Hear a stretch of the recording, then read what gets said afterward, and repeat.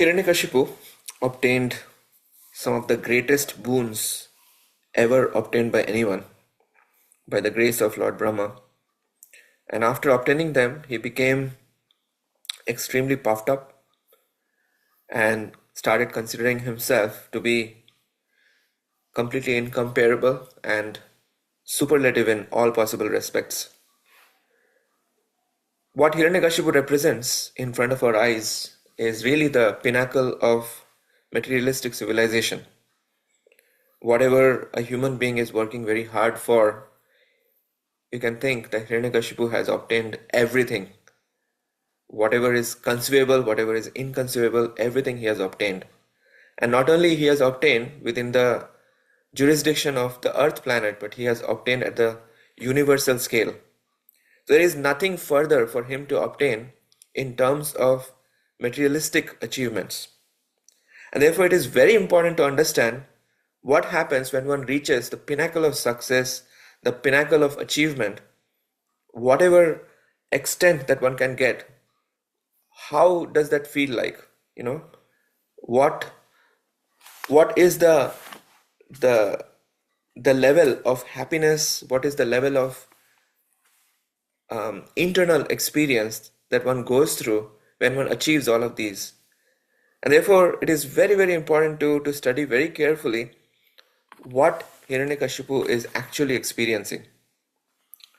So let's see first 7.4.2, the second verse, Srila Prabhupada's purport, where Prabhupada is basically pointing out that behind the blessing of Lord Brahma, there is a curse essentially.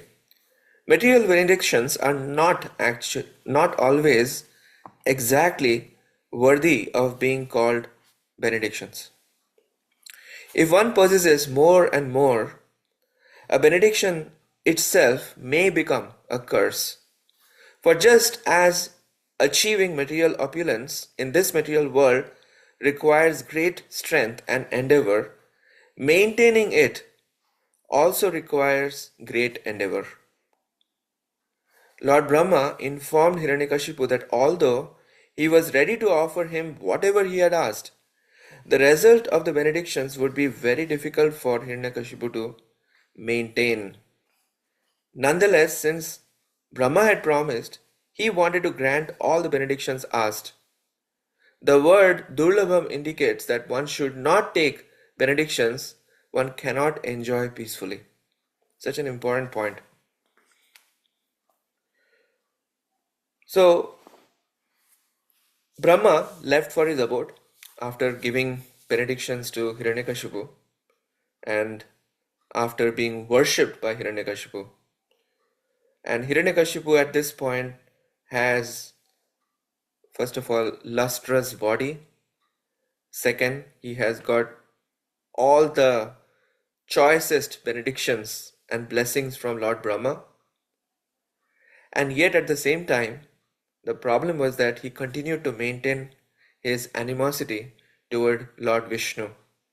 He was increasingly in a vengeful mood, thinking about the cause of his brother's death at Vishnu's hands. And in this way, he was contemplating on how to actually conquer the universe and at the same time conquer over Lord Vishnu. So he started conquering different places in the universal kingdom, which included the planets where human beings as well as the Gandharvas, the Garudas, the Nagas, the Siddhas, Charanas, and Vidyadharas, all these different personalities, wherever their residences are, Hiranyakashipu is systematically developing his sovereignty over. And likewise, great saints, Yamaraj, the Manus, Yakshas, Rakshasas, Pishachas, and the masters of ghosts and bhutas.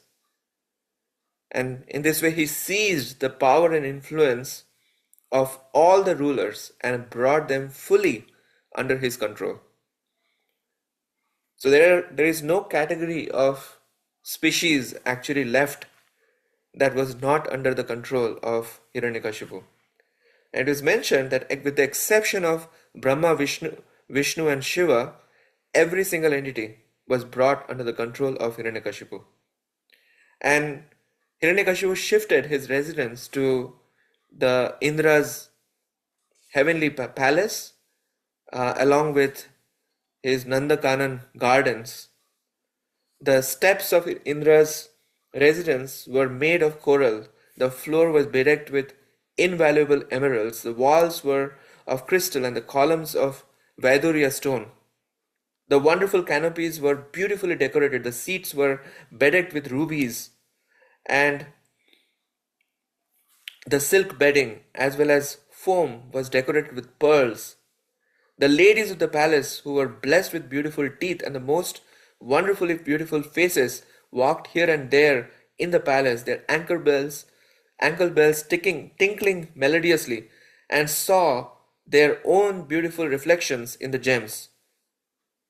The demigods, however, being very much oppressed, had to bow down and offer obeisances at the feet of Hiranyakashipu, who chastised the demigods very severely and for no reason.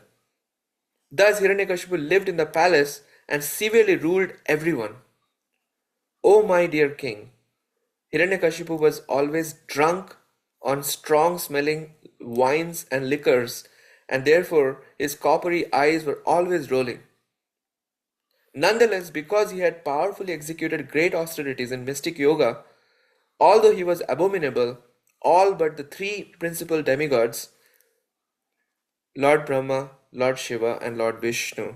Here, Vishnu is also referred to as demigods in relation to Krishna, of course. Personally worshipped him to please him by bringing him various presentations with their own hands. So, Srila Prabhupada, in the purport 9 through 12, he cites Vishwanath Chakravarti Thakur's conclusion, how Hiranyakashipu, even if you compare with another demoniac king called Vena, you find that Vena might be afraid of some sages, but in the case of Hiranyakashipu, he was practically fearless. So Maharaj Vena was afraid of some of the great sages such as Bhrigu, whereas Hiranyakashipu ruled in such a way that everyone feared him, but Lord Vishnu, Lord Brahma, and Lord Shiva. So with the exception of these three principal deities, everyone else was totally under his control. Everyone was fearful of Hiranyakashipu. Hiranyakashipu was so alert against being burned to ashes by the anger of great sages like Bhrigu, that by dint of the austerities he surpassed their power and placed even them under his subordination. So just imagine the prowess, the power of Hiranyakashipu at this point. And even Narada was pointing out that he himself was under Hiranyakashipu. And Srila Prabhupada comments in his purport number 14 that this situation was circumstantial, that this does not mean that Narad was actually subordinate to Hiranyakashipu. Sometimes, however, it so happens in the material world that great personalities, even great demigods, can also be controlled by the asuras. So Hiranyakashipu, note very carefully, he allowed the sacrifices performed as a part of the varnashram culture, but he redirected all the offerings to himself. And in this way, he perverted the whole purpose of the sacrifices. And he was powerful enough to use these sacrifices in a way that allowed the earth to continue to yield sufficient grains even without being plowed. And the cows supplied abundant milk, and the outer space was beautifully decorated with wonderful phenomena. The trees and plants produced flowers and fruits in every season. The oceans were supplying gems, and oceans of all kinds of varieties at the universal level, which we read about in the 5th canto of Srimad Bhagavatam, how they were supplying gems for Hiranyakashipu's use. and the beautiful valleys throughout the universe became fields of pleasure for the demon's enjoyment. And without the help of any demigod, and simply by the dint of his own influence and powers he had achieved from his austerities, Hiranyakashipu manipulated the pouring quality of water, the drying quality of air, and the burning quality of fire. So, in this way, he was manipulating all these elements by his own mystic power. And then, after describing all these achievements of Hiranyakashipu, then 7.4.19 gives what is going on really with Hiranyakashipu. So it is being pointed out how, in spite of achieving so much, one may think that he has achieved the pinnacle of success and therefore he must be the happiest person in the whole universe. So look at 7.4.19. Sa ittham nirjita kakub एक रात विषयान प्रियान यथा उपजोषम भुंजानो na atripyad atindreya. So this is the most important verse in this whole section, which is pointed out that Hiranyakashipu has achieved power to control in all directions. And he was the only person ruling over everything that exists. And in spite of enjoying all the different types of sense gratification to the greatest possible degree, Hiranyakashipu was dissatisfied. Why was he dissatisfied? Because instead of controlling his senses, he remained their servant. So note very carefully here. So let's first read Srila Prabhupada's purport number 19. Prabhupada writes, this is an example of asuric life. Atheists can advance materially and create an extremely comfortable situation for the senses, but because they are controlled by the senses, they cannot be satisfied. This is the effect of modern civilization. Materialists are very much advanced in enjoying money and women, yet dissatisfaction prevails within human society because human society cannot be happy and peaceful without Krishna consciousness. As far as material sense gratification is concerned, materialists may go on increasing their enjoyment as far as they can imagine. But because people in such a material condition are servants of their senses, they cannot be satisfied. Hiranyakashipu was a vivid example of this dissatisfied state of humanity. So let's analyze this a little further. So clearly Hiranyakashipu is epitomizing material success. So what has he obtained so far? So he has obtained all wealth, all power, and ultimate control over matter. So if you notice carefully, this wealth, power, and unbounded sense enjoyment, they essentially represent external control or control over matter, essentially. But then you may have ultimate control over matter, but if one is devoid of internal control or control over one's senses, then there is no peace and no happiness. So if you have to analyze this, you can think like this. When we have, little bit control, let's say we have little bit wealth, then what happens is that our lack of internal control, which generally takes the shape of desires and expectations, they are not so much disproportionate. Like if you want to mathematically analyze, you can think like this, that if you have X amount of things under your control, or the wealth and the power, then approximately you have the tendency to expand your desires and expectations to almost like an exponential proportion, like 2 to the power x. So suppose you have about, without giving too much of units here, let's say 2 objects under your control. So you can say you immediately think about 4 things that you can expand. You start thinking about expanding your desires and sense enjoyment of the unit of 4. Okay, but when that extent of power, let's say, increases to 10, so then it becomes, your desires and expectations grow to 2 to the power 10, which is basically about 1000. And likewise, when you have 30 items under your control, you will tend to expand your desires and expectations to 2 to the power 30, which is about a million. And this is what is also expressed by Krishna in the Bhagavad Gita, that the nature of lust is that the moment you try to satisfy that lust, it doesn't help. All it does is that you put more gasoline into the fire, and therefore it just burns with increasing intensity. So it essentially burns exponentially.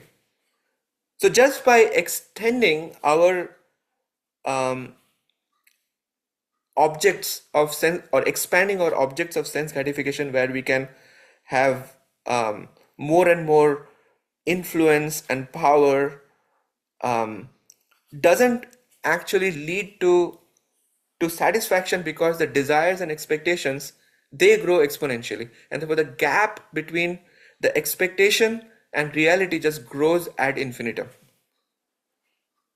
So always remember this sort of relationship that exists between the growth of the desires and expectations, which are because of the lack of internal control or lack of control over the senses. So if you have the combination of the two, we don't have control over the senses, and we have a lot of things to enjoy.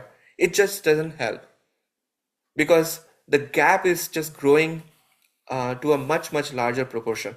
I hope I was able to communicate what I wanted to at least paint a picture what is going on with Hiraṇyakaśipu. And therefore, it is important to note that Narad Muni is saying that despite his dissatisfaction, Hiraṇyakaśipu remained proud and passed many years defying the laws of nature and the scriptures that govern proper action in the material world.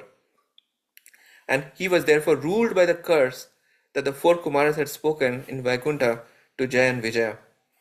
And purport number 20, let's just end with this, where Prabhupada points out how the path of arrogance and independent action was basically Hiraṇyakashipu's doom, bringing Hiraṇyakashipu's doom. One should act according to the direction of the Shastra, but the material energy is so powerful that as soon as one becomes materially opulent, he begins to transgress the Shastric laws. As soon as one transgresses the laws of Shastra, he immediately enters upon the path of destruction. So materially opulence, or becoming materially opulent, leads to one capriciously transgressing the laws of God, and transgressing the laws of God leads to opens up the path of destruction. So I hope that paints the picture of what is going on with Hiraṇyakashipu.